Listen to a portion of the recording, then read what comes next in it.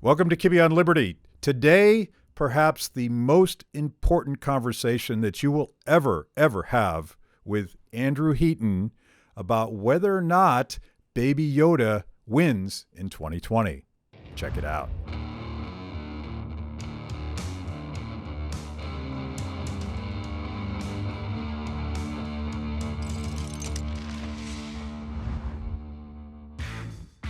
Hitchhiking, and I got picked up by some farmer kid who spent the day trying to track down a tractor for me, although all the farmers were drunk at an agricultural festival 3 counties over. And so I was like, well, I guess I live here now. Can you take me to the local pub? And there was a biker gang there. And I went there, and I was like, and they're all giving me the weird side eye. And I went, I've had a hell of a day. I crashed my van into your bog. And one of the guys looks up and he goes, was it the bog north of town over by the cairn? And I was like, yeah. And he's like, oh, we've all hit that bog. We'll get you a drink, mate. And after that, I had this gang of bikers that they're all calling out their phones going, Cheesy, there's a lad from America crashed his van into the bog. And I ended up going to biker prom and drank a tremendous amount of scotch, bringing us back to whatever my original point was. So it was a good time. Well, you got to tell that on camera, so we're going to get rolling because this will be a nice story to tell why we're drinking Scotch whiskey. Perfect. Are we ready? We're rolling. Yep.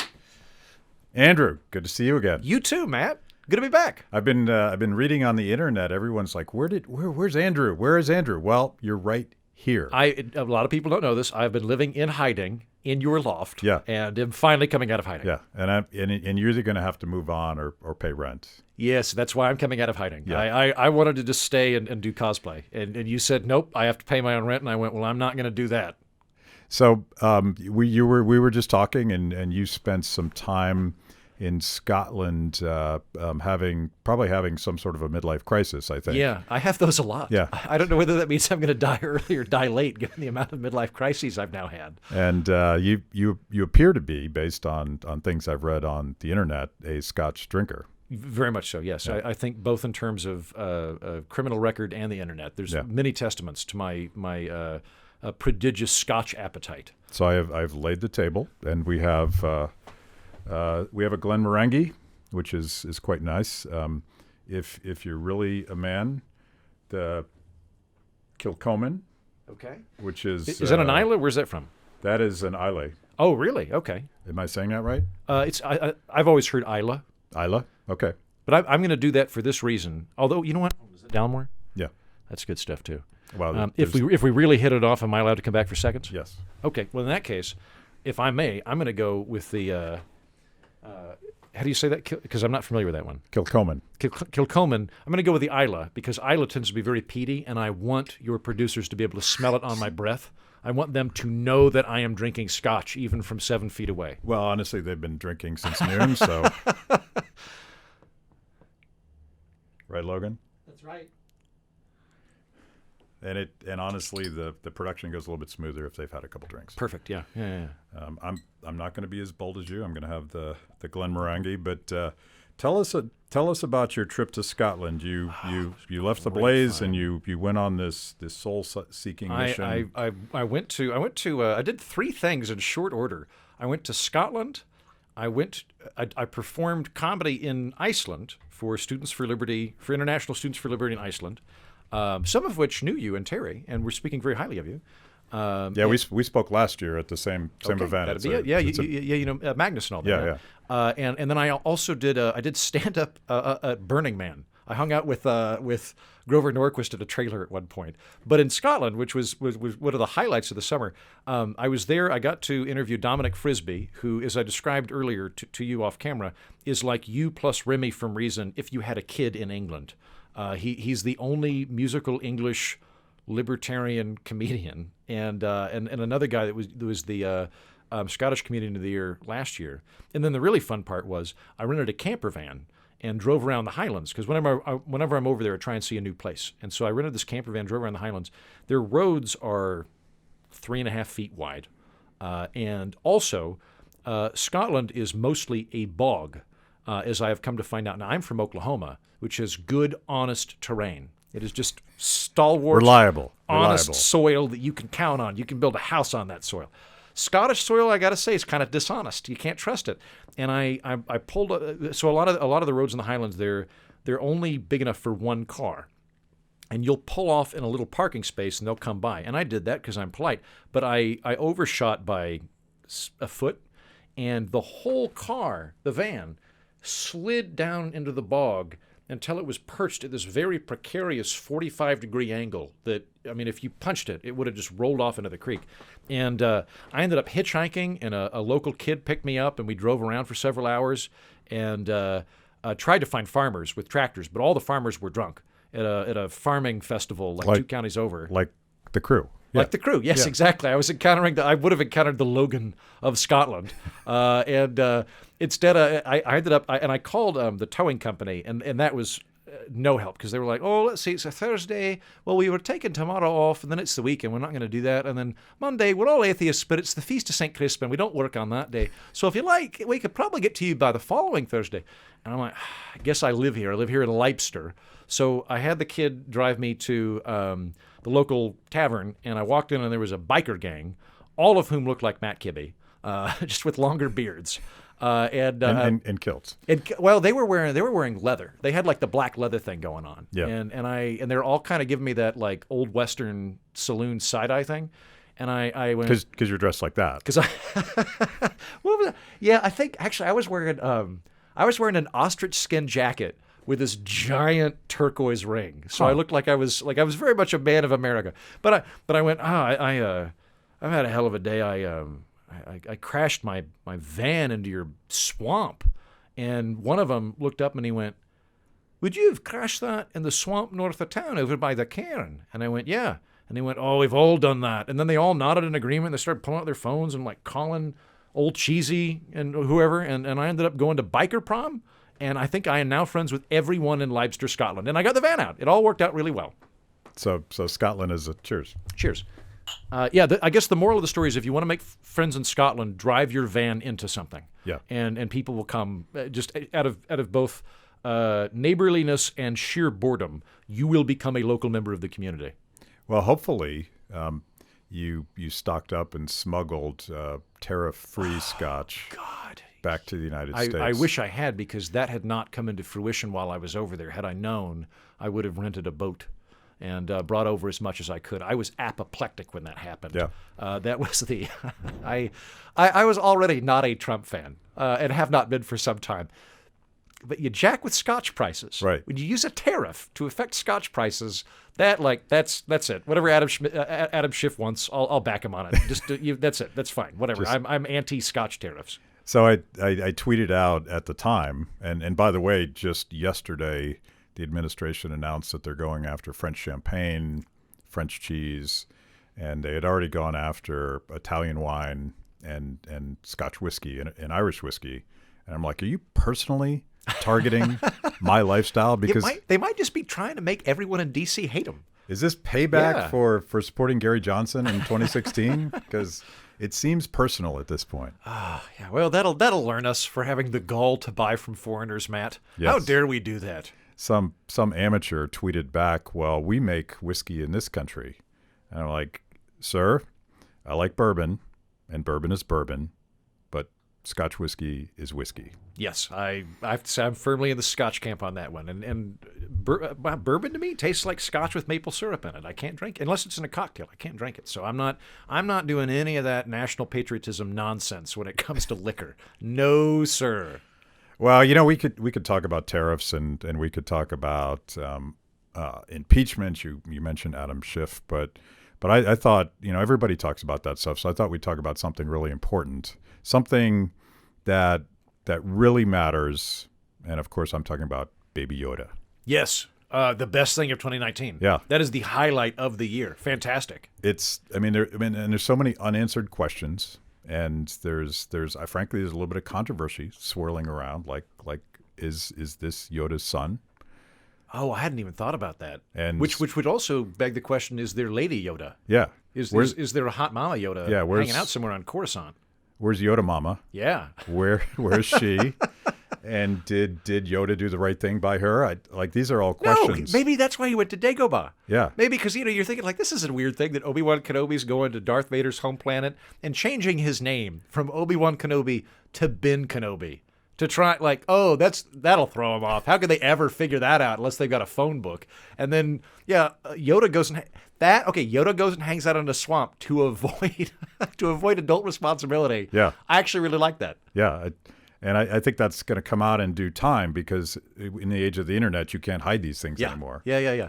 But I worry that Baby Yoda is a bastard child. You know what? So I do a funny politics podcast, but I just recently launched a sci-fi podcast. And literally before talking to you, I talked to Jonathan Last over at the Bulwark because he is an apologist for the Empire. He believes that the Galactic Empire was a source of order and peace, and that Palpatine represents a kind of Machiavellian dictator you can work with. He's kind of the Pinochet of the stars, right?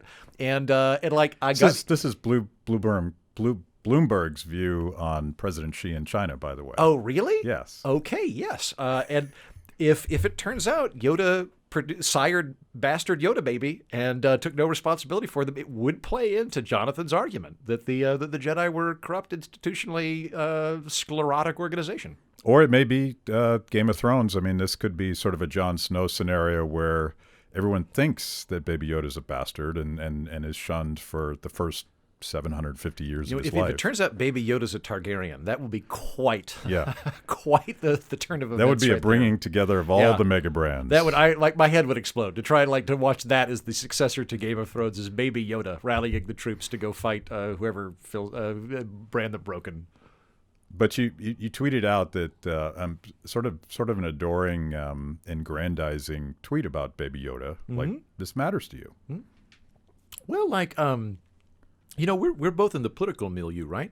I've been doing the sci-fi stuff, and I'm still doing the political stuff as well. I'm still doing political comedy, but the sci-fi stuff I love because I like science fiction in and of itself. But it's also very important to me that I have some creative outlet that does not force me to exist in a matrix that's us versus them. Right. When I'm hanging out, like, I've never called anybody and gone, well, you want to come on my sci-fi podcast? And they go, I don't know, I heard that you're pretty friendly with TOS people. I know you're not TOS, but you are TOS adjacent, and I'm Deep Space Nine. No one ever does that, right? And no one's like, well, I can't. There is a subreddit for that, by the way. There are a few people, but I haven't brought them on yet. And no one's worried about me, like, normalizing Battlestar Galactica or anything like that. So the sci-fi is this just wonderful reprieve. And if you ever are getting down, I think you've got a thicker skin than I do, and I'm envious of that. But if you go on Twitter and you just jump into the sci-fi stuff, it's all these wonderful strangers from across the globe that just want to revel in how wonderful science fiction is and have these awesome conversations. Oddly, I feed on the hate. It seems like the more angry people you get must at be me. very strong right now. Then this might be the Matt Kibbe origin story if you can feed on the hate. It improves my mood just to read some of the more ridiculous attacks that you inevitably get whenever you express an opinion about anything. Yeah. Maybe even sci-fi, but let's. You tease these, but let's talk about the two podcasts that you're doing right now because anybody watching this show absolutely needs to be a subscriber to these things. I agree. Thank you, Matt. I thought you might buy that. Well, I'll begin with the science fiction one. I recently launched a podcast called Alienating the Audience, and that is a deep dive on science fiction. Occasionally politics wanders into it, but it's not the thrust of it. What I really like doing is I really enjoy exploring the deep themes and constructs and mindset of science fiction. So I did an episode with Tim Sandifer, who we both know, where we're really getting into the mind of Rod Serling, and we're talking about what's motivating the Twilight Zone. What is it? Collectivism? Is it a fear of totalitarianism? Is it nostalgia? What's going on there? What's the world that Rod Serling's trying to show us? I'm about to drop this week a one on Robert Heinlein, which also has all sorts of ideological concepts that are in there. So I really enjoy doing the deep dive, and I'm finding that the people that like the podcast tend to be very hardcore science fiction fans. They're also pretty intense abstract thinkers and like getting into the deep underlying stuff. So that's alienating the audience for the sci-fi nerds. There does, and certainly Heinlein and others Dick. There's definitely a libertarian ethos and Definitely Heinlein. not so much ideology, but just that sense of Yeah. individualism and. Well, Heinlein for sure. Yeah. I mean, Heinlein, like there are exceptions, like Starship Troopers is frequently portrayed as a fascist work. But I mean, my read on it is I think if you're writing a book set in a fascist universe, it doesn't necessarily mean you're a fascist. Right. I think overall Heinlein is a very, very, very much an individualist. I'd say he's a very horny individualist, since every book by Heinlein I've ever read involves a very attractive female protagonist explaining why she's desperately in love with you, but understands that you need to have sex with other people. There's always that moment. Well, in fairness, Ayn Rand was a fairly horny individualist as well. Yeah. Well, actually, I've thought about doing. I've never read. What is her science fiction book? Is it? It's Anthem. Anthem. Yeah. Which I'm told I would enjoy. I'm not an Ayn Rand fan, but I'm told that I would enjoy that because it's a sci-fi piece. That was my gateway drug. Really? Yeah, it was. And I've told this story 1,000 times, and my producer gets mad at me because I keep telling this story. But my gateway drug to libertarianism was a science fiction rock album called 2112 by Rush, and it's basically a science fiction interpretation of Ayn Rand's Anthem, and it's actually dedicated to Ayn Rand. Really? And of course, Anthem itself is sort of a sci-fi take on individualism, Right. Rage Against the Machine kind of thing, which is a classic science fiction Matrix kind of thing. I had no idea Rush did that. That's fascinating. I want to read that because I'm also curious. Like I've been thinking a lot the last few months about kind of where my political bearings are, and for me, I've got like a dual agenda. I want to help people, but also, if you're not hurting anybody, you get to do whatever you want. That's Right. pretty much it. That's Right. my core philosophy. The helping people thing, I'm very much a utilitarian to the point where I'm very sympathetic, if not openly endorsing, like Norwegian social democracy. But in terms of individuals regulating their own behavior or the relationship between consenting adults, I'm very libertarian. And I don't really seem to fit on any spectrum in American politics at present. Rand, I think, is a speed bump for me because she so extols the virtue of selfishness, which is not really a part of my worldview. And I'll acknowledge, like, Adam Smith aptly points out that the overall economic system benefits from having skin in the game and by being incentivized to contribute to the bigger picture through your own self-aggrandizement. I get that. But the kind of like reflexive, I don't have any obligation to anybody else, and that philosophically is against individualism. I don't really have any overlap with that, which I think why Rand's never really appealed to me. And I think the wording is a little clumsy, and I've defended her before. I think she was trolling, right? Like, yeah. wasn't she kind of trying to make a splash? Well, she was either trolling or as a teenager, I believe, who had a young Jewish girl that fled Bolshevik Russia after the communists had taken all of her dad's stuff. Right. I think there's some righteous rage against the machine. Leave me the F alone. Sure. And I think her use of the word selfish is very different than I think Americans would typically understand it as. Selfish in American nomenclature is sort of it's not self-interested. It's greedy and petty, and I will do anything to you that I need to do to get what I want. And that's not what she's talking about, and that's certainly not what libertarians are talking about. Yeah. But I digress. So science fiction. Good tangent though. Yeah. I enjoyed that. Yeah. So science fiction, alienating the audience. So if you're into science fiction, and I suspect that much of your audience is, and I suspect that they would enjoy the abstract spelunking. That's alienating the audience. And I do a weekly political show. So I was doing a daily show. A lot of your listeners or viewers might be familiar, with my old show, Something's Off with Andrew Heaton. I now do a weekly show called The Political Orphanage. And the premise to it's very similar. I don't feel like I belong on red team or blue team. I don't feel like I really belong on the left-right spectrum. And more to the point, I have lots of friends I disagree with. I find it, I'm kind of mystified by the current political environment where we're all supposed to be locked in this Manichaean battle of cosmic forces of good and evil. And I assume I'm wrong about 20% of the stuff I currently believe. I just don't know what part. So I'm open. And I have lots of friends that I think are dead wrong but well-meaning. And I'm happy to be friends with them. And so I'm trying to create a space for people that emotionally resonate with that, where they're looking to have a fun, because it is a comedy show, or at least I do a lot of comedy in it, a fun space rather than a hate space or a bile space. I think a lot of the commentariat is. Are we up to cut that? Should I?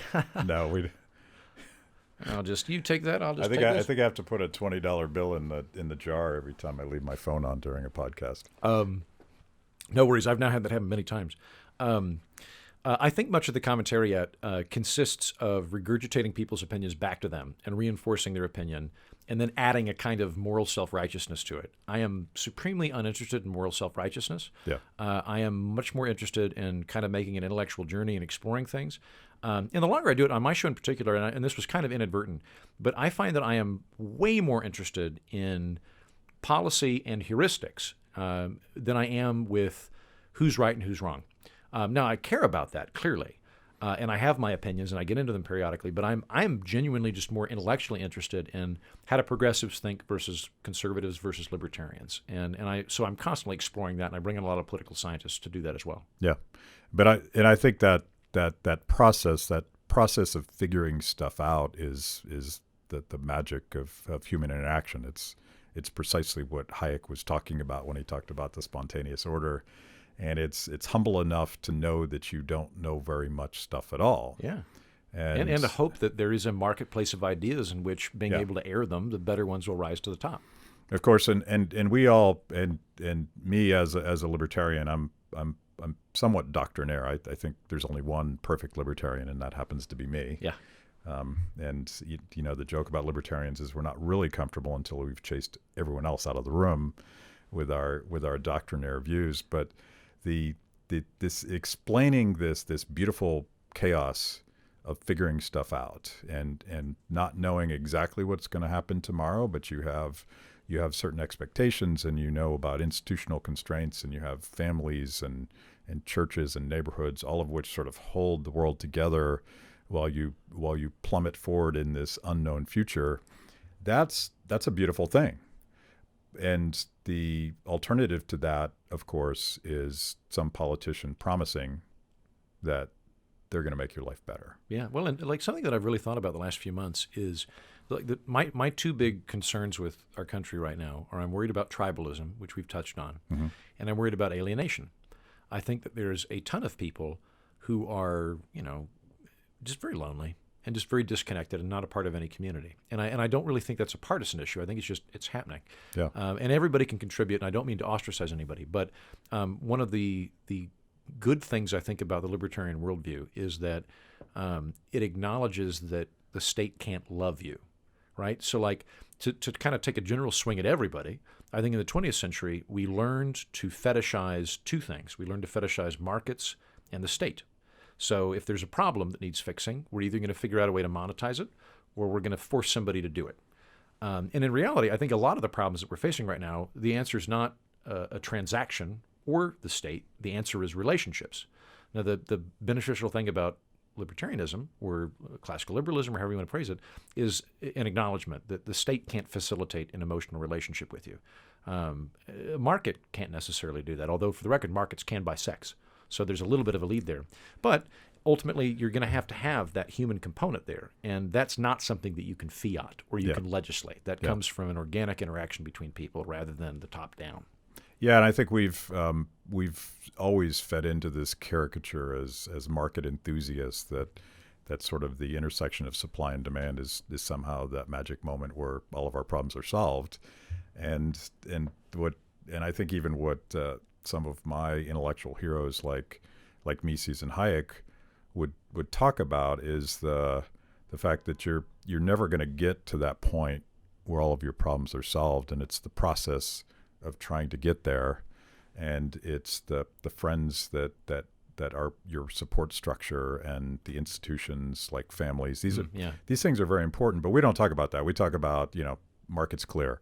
Yeah. Well, and I think you're absolutely right about that. I think that there's a kind of misnomer that happens all the time where competition is good insofar as it lowers prices.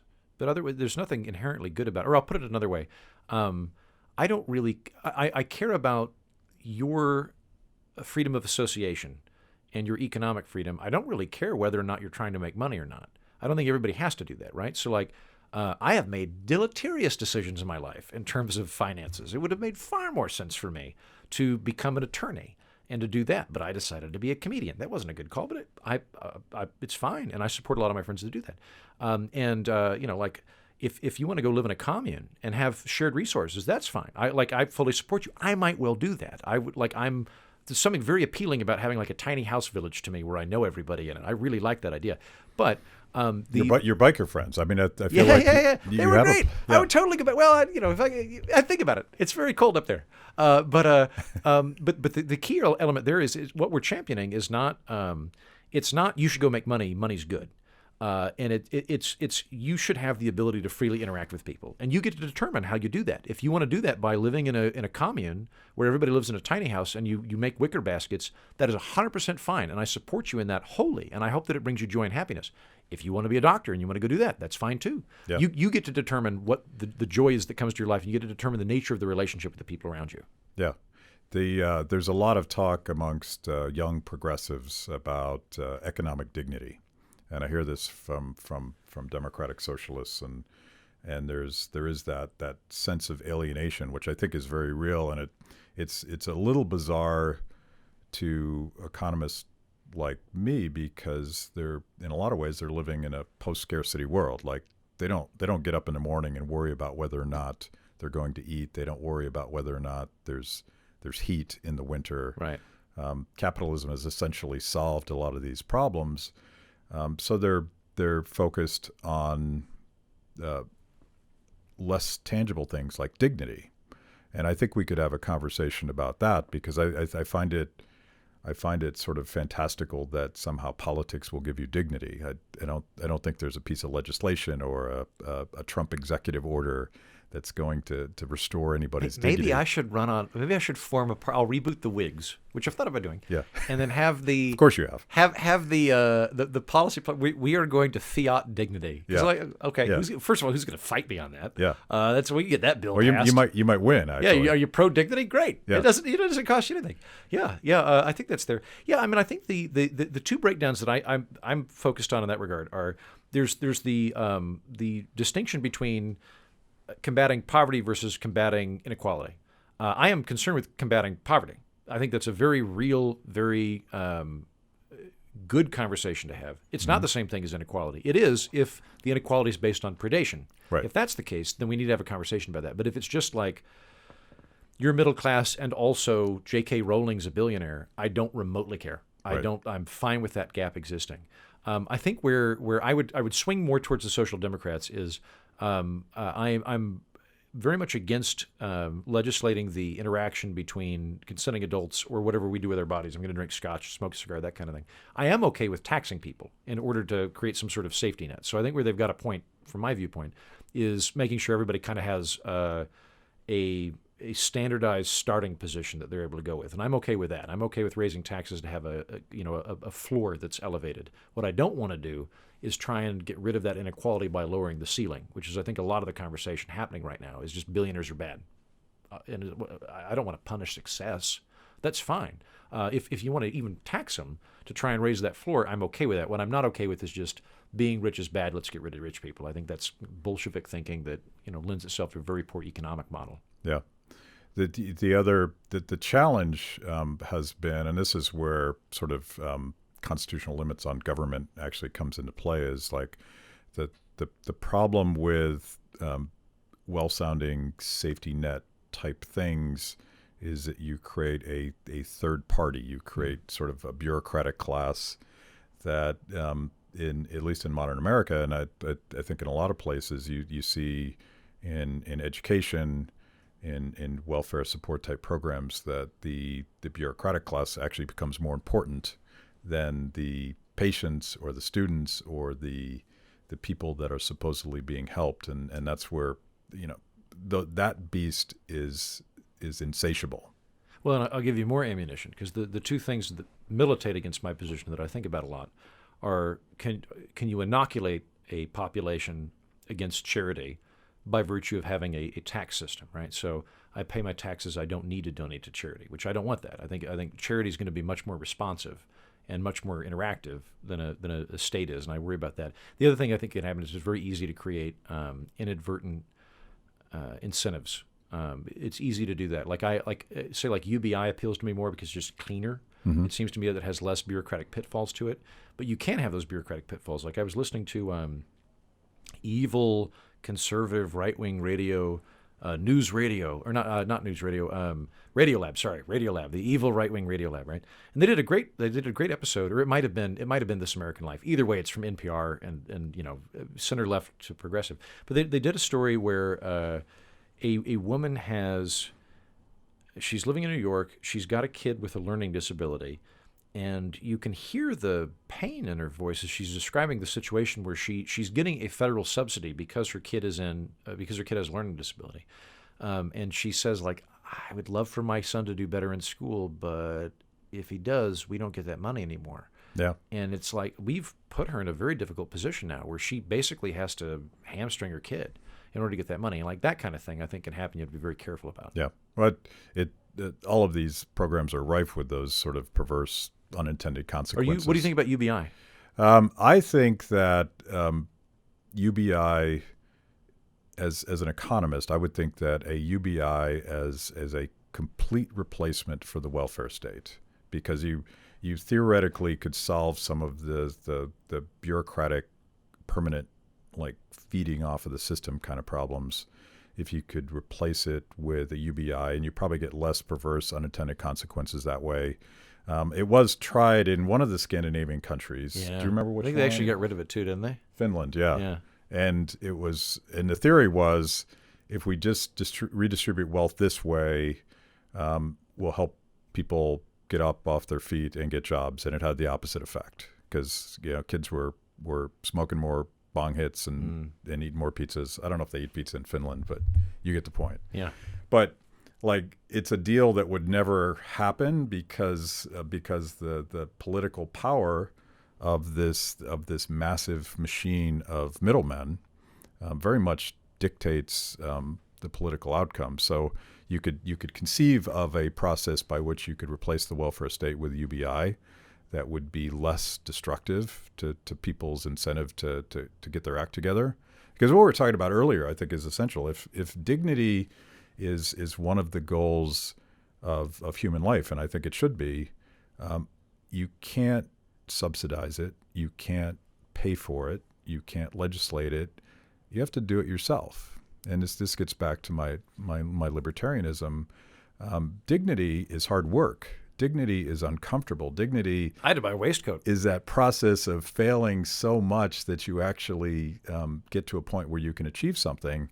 And I don't think there's a shortcut. And I don't think anything we talk about in public policy is going to give any young progressive that's feeling alienated dignity. They're going to have to figure out how to do it themselves. And we could probably reduce barriers so that they could get out there and achieve. They could be entrepreneurial.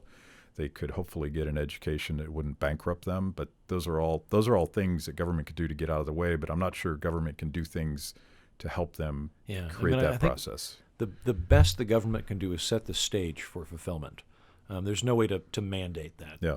Yeah. The best thing that it could do is, I think, if you're going to be very, if you're going to lean towards the progressive model, the best it can do is give everybody a fair shake, et cetera, or reduce fear, and provide material stuff. But you can't go from that to having fulfilling life and purpose and friends and family and that kind of thing. Nor would I want a Department of Friends. Of we course. do the second round? Well, we're doing a second round because there is a shortcut, albeit temporary, path to dignity, and that is whiskey. And that is, of course, single malt scotch. Yeah.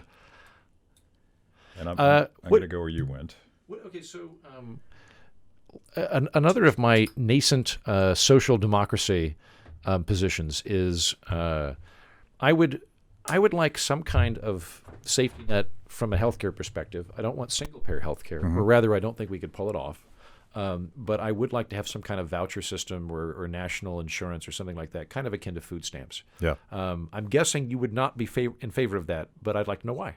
So if you're gonna do it, and my answer might surprise you a little bit. I don't think national insurance is a good idea. I think it's a horrible idea because you're replacing one set middle. That's so good. Dalmore is so good. Thank you for letting me drink this whiskey with you. Sorry, please continue. See, a little bit of temporary dignity. Yeah. So the problem with healthcare is you have middlemen making decisions, and they're price insensitive, and patients don't make decisions based on cost and benefit. And it's the same as, and this sounds callous, but it's the same process of buying food. There's lots of competition. There aren't any overt subsidies for loaves of bread. Therefore, it's cheap and competitive and awesome. But if you wanted to if you could take the current system and get rid of all the third parties, and there's a lot of government regulations going back to FDR. It's a very regulated industry. That created business insurance and all that stuff. If you could replace that with vouchers where patients could make choices with doctors and Which actually is what I would advocate for. Actually ask, like, how much is this going to cost? You would do tremendous things to create an actual market where beautiful things happen and people live longer and choices are made. I think for something that massive, there's got to be skin in the game to keep prices down. There's got to be a market mechanism to keep prices down. So I would want something like maybe Singapore. But there's keep in mind, there is a massive political machine that feeds both political parties. And I think people forget that it's a really heavily regulated industry. I could be wrong about this, but it's my understanding that by law, if you and I were forming an insurance company, we could not offer people like a $40 a month catastrophic coverage option. Right. That would, because right now by law you have to provide X amount of things. Like I'm an independent, I'm a solopreneur. I'm doing this on my own. I would love to have the option of paying $40 a month for catastrophic coverage, because right now my biggest expenditure is healthcare, but I can't. But I have to purchase a certain amount, and that's a regulation that's causing that to happen. It's not the market that's doing that. It's that they're rising the floor in what you're paying for. So there's two challenges whenever you come up with a policy idea. There's two challenges. First of all, you think of something that would actually work based on economics and based on scarcity and all the things that go into hopefully reasonable public policy. But then there's the political piece about whether or not creating such a program would be viable and sustainable, because you go in with good ideas, it gets through the political process, and it doesn't even resemble what you set out to do in the first place. And then 30 years later, you get the welfare industrial complex that is literally holding poor people down from being able to, or even allowed to achieve, because they would lose that benefit the moment they rate to make one more dollar. The welfare cliff, yeah. So those are all problems, but I want to pivot, because like we could solve poverty, we could solve the healthcare crisis, but we lost track of Baby Yoda. Right. Yes. Perfect. Yeah. Why do we focus on something that matters? That's a good point. And I was nobody's going to make a meme of our conversation, Matt. We will make memes of Baby Yoda. Yeah. I was listening to your sci-fi podcast, which is called, again, Alienating the Audience. Nice market placement there. And I was thinking of Baby Yoda, because this is not inconsequential to all of these other problems. I found an article. Some people have heard this, but Axios, which purports to be a serious, I think one of the guys from Politico went over to create Axios. Yeah. And the headline of this particular story: Why Baby Yoda Should Scare Michael Bloomberg and Deval Patrick. And Michael Bloomberg and Deval Patrick, of course, are the most recent entrants into the Democratic presidential field. Deval Patrick's the one from Massachusetts. Yeah, he's former governor, right. and neither one of these guys would be my choice by any means. But the most interesting thing that has been happening in late November is that Baby Yoda has been crushing the entire Democratic presidential field when it comes to interactions on Facebook and Twitter. Yeah. Like 2-1. Bernie Sanders is number 2 at 850, and this is like a 2-week period. Baby Yoda is at 1,671, and Tulsi Gabbard is down at 523, but poor Michael Bloomberg is at 171 and Deval Patrick is at 134. So they're being crushed by Baby Yoda. And I should point out that, where is she? She may not even be on the list. But we just lost one of the Kamala Harris, yeah. Kamala Harris pulled out of the race. She was getting crushed by Baby Yoda, and I don't want to draw like a clear link to these two things, but I think it's actually true. Wait, do you think Baby Yoda sucked the air out of the Kamala Harris campaign? Because it's possible. Well, I think impeachment probably has sucked the air out of a lot of campaigns. Yeah, I think Baby Yoda's killing it on social media, which gets to your point that you made early on when you said you wanted to do like a sci-fi thing. Like people care about Baby Yoda more than they care about the next presidential election. Yeah, I think that's absolutely true, and I think it's because they get joy out of Baby Yoda memes, and there is no joy watching a Democratic presidential debate. Wouldn't it be weird if we had a system that facilitated happiness instead of just anger and bile? Yeah. See, I like actually something that I'm not an Elizabeth Warren fan, but something that she did the other day that I thought was a really clever idea was apparently now Elizabeth Warren's dog is running for first dog. And I was like, that's smart because people love dogs, right? So if it's like, hey, like, don't you want Bailey to be the first dog? Also, Elizabeth Warren's going to be president. People are like, yeah, that sounds great. Like maybe we should have a system where we get to elect I would love it if we split the office of the presidency into the head of state who has zero power and the head of government, and we split that into 3 different offices too. And those people we get to kick around. The head of state, we all elect Betty White. Betty White's now Queen of America, but she has zero power. Or Baby Yoda. I'm fine with that too. I think it's. I think that we. I want to establish paternity before I go all in on Baby Yoda. Or maybe Betty White gave birth to Baby Yoda. Entirely possible.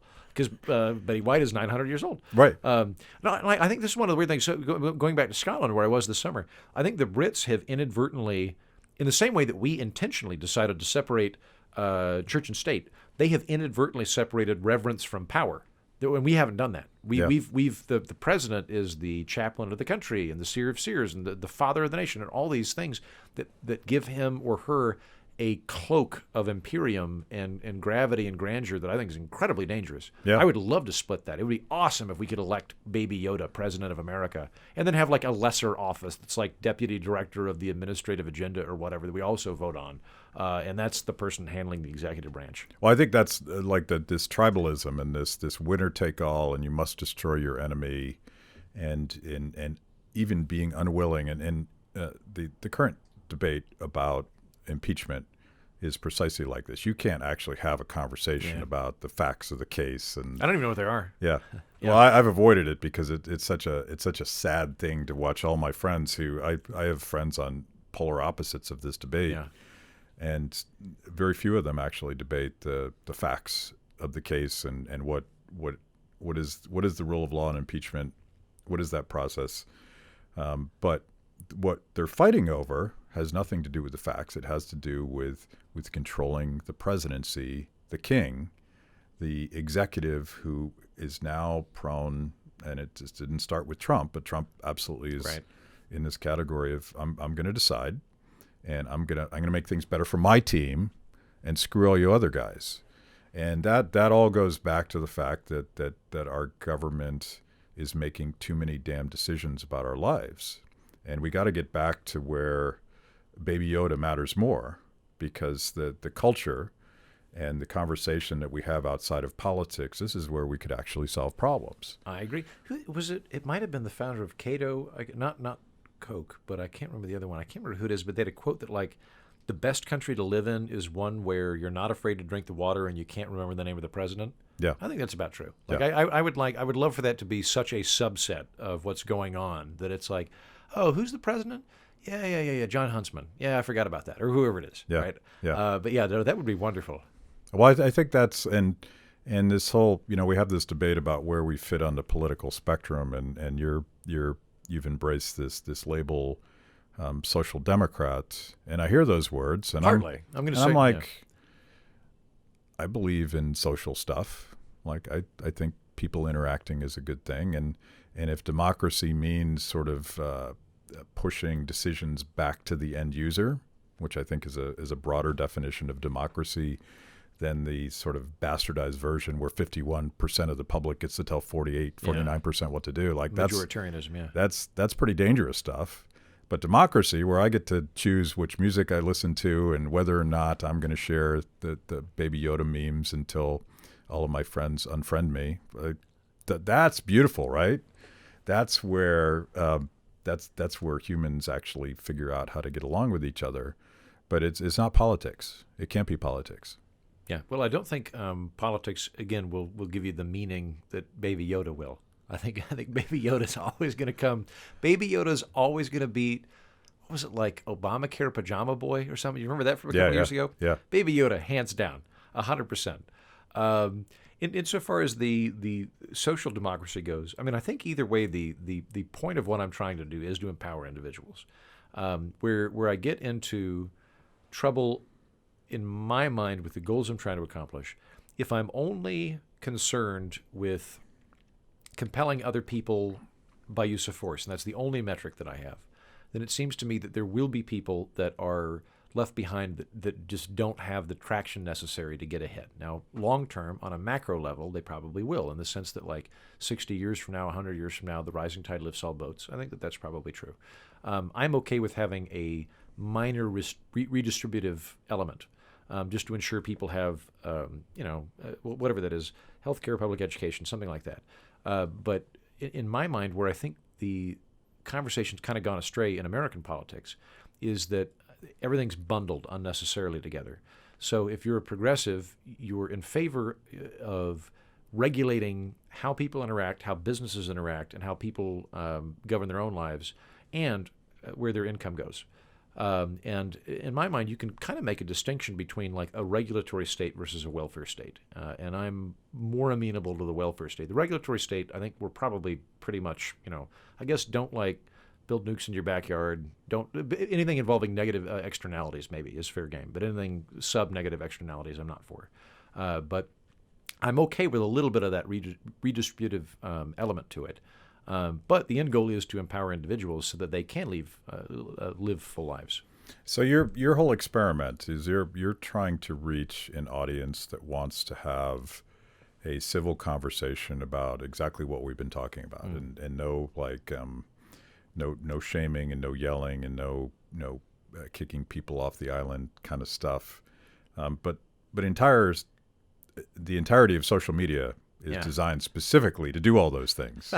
Right, yeah. Except for Baby Yoda. But yeah. And so tell me how that model's going, because you are currently funded solely on Patreon. Patreon, You're your own boss, or at least well, my audience is. Your Patreon subscribers are your boss. Yeah. Well, it's going well. The thing that I'm bolstered by is I'll say social media is not designed for people like me. So I had a guest on my former program that was talking about how Twitter does far better if you are being negative than if you're being positive. Mm-hmm. If Mr. Rogers were alive today, he would probably have less of a following than somebody that's constantly lobbing insults, right? So social media is not great for me. That said, though, I do find that there is a huge thirst for empirical thinking and civil discourse that's not being catered to by all parties, right? Like I said earlier, I think most, not all, but most people in the commentariat are making you feel good about what you already think and getting you riled up about hating the other person. And I think there's a huge swell of people that don't want to fit into that. One of the things that I've really loved and been pleasantly surprised by with the Patreon model is, I had on Charlie Cook from National Review about 2 months ago, and we did reasonably deep policy discussion about gun control. Charlie is much more pro Second Amendment than I am. I'm a moderate on gun control, and I was very worried about that. I thought I have an obligation to be honest to the audience, and I have a either journalistic or comedian obligation to be honest as well.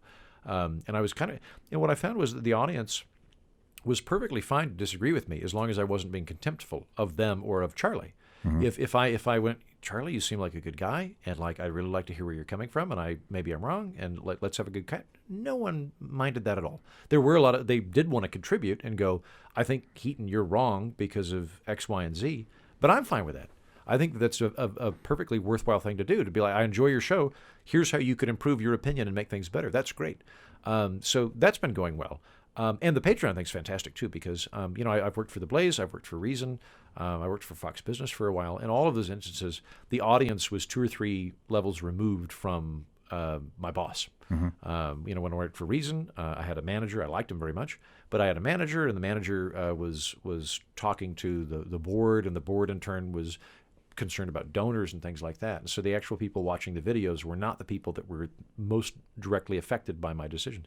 Patreon's fantastic in that regard, because if I think about changing something, I can literally go to all the people paying the bills, and I can email all of them and go, I was thinking about doing this with a format. What do you think about that? And get immediate feedback. It's like from a performance standpoint, it's like a really amazing model. I'm really glad it's there. It's democratic, like a marketplace. Yeah, I mean, it is literally a marketplace. I mean, because people can participate or they can choose not to participate, and it's all cool. And I got to say, from it being a market, like if I'm like, hey, I'm thinking about, I don't know, I'm going to add 20 minutes of horse jokes to every show that I do. What do you think, audience? I am clearly going to pay more attention to the people that are funding the program than I am to the people who aren't. I'm glad everybody's there. That's like, I hope people listen to it. That's wonderful. I'm really thrilled. But the people I work for are the people paying the bills, and I can go, you guys hate horse jokes? I'm going to do horse jokes then. I wouldn't alter my opinion based on that. But the format, the guests, things like that, the topics we cover, I don't know, how I structure the program, all that kind of stuff.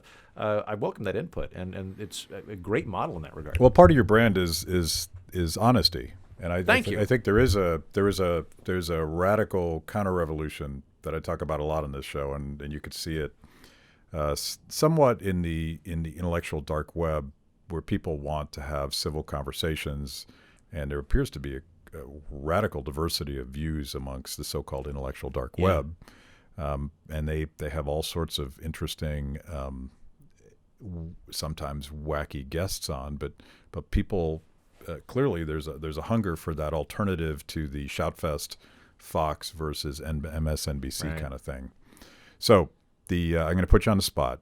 Will we see a sci-fi podcast on Baby Yoda?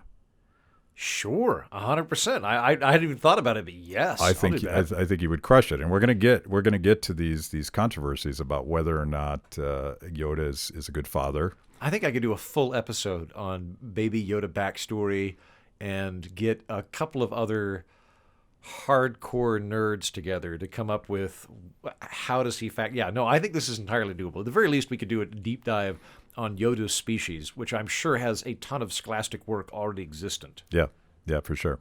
And the final question, will Baby Yoda win in 2020? God, I hope so. Wouldn't that be great? Wouldn't that be wonderful? If it was Baby Yoda followed by Bailey the dog, and then eventually the highest level of government was like the assistant deputy of the Department of Education or something like that. Like it was, I hope so. Okay. Where do people find Andrew Heaton? Thank you. The best 2 places to find me are via the podcast, which is The Political Orphanage and Alienating the Audience. And to a lesser extent, you can find me on Twitter, but I'm honestly much more active on the podcasts than I am on social media. Okay, thank you. We have to finish these before you go, but we don't want to do that on camera. We'll drink all 4 of these bottles. Hey, Matt, it's fun to hang out with you. Thank you so much for letting me chill with you when I'm back in D.C. Yeah, it's good seeing you, man.